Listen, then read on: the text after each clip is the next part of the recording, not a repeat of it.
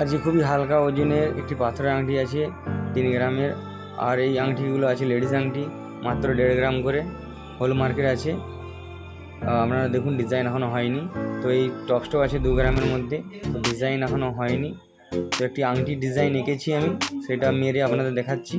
তো এই আংটিটা আছে 3 গ্রামের জেন্টস আংটি, তো যে কোনো বিয়েতে পরতে পারেন।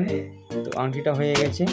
এরপরে কিছু টপস আর পাথরের আংটি আপনাদের দেখাবো, সবই হলমার্কের আছে। তো আপনারা দেখুন, ভালো লাগলে লাইক শেয়ার করবেন। অসংখ্য ধন্যবাদ।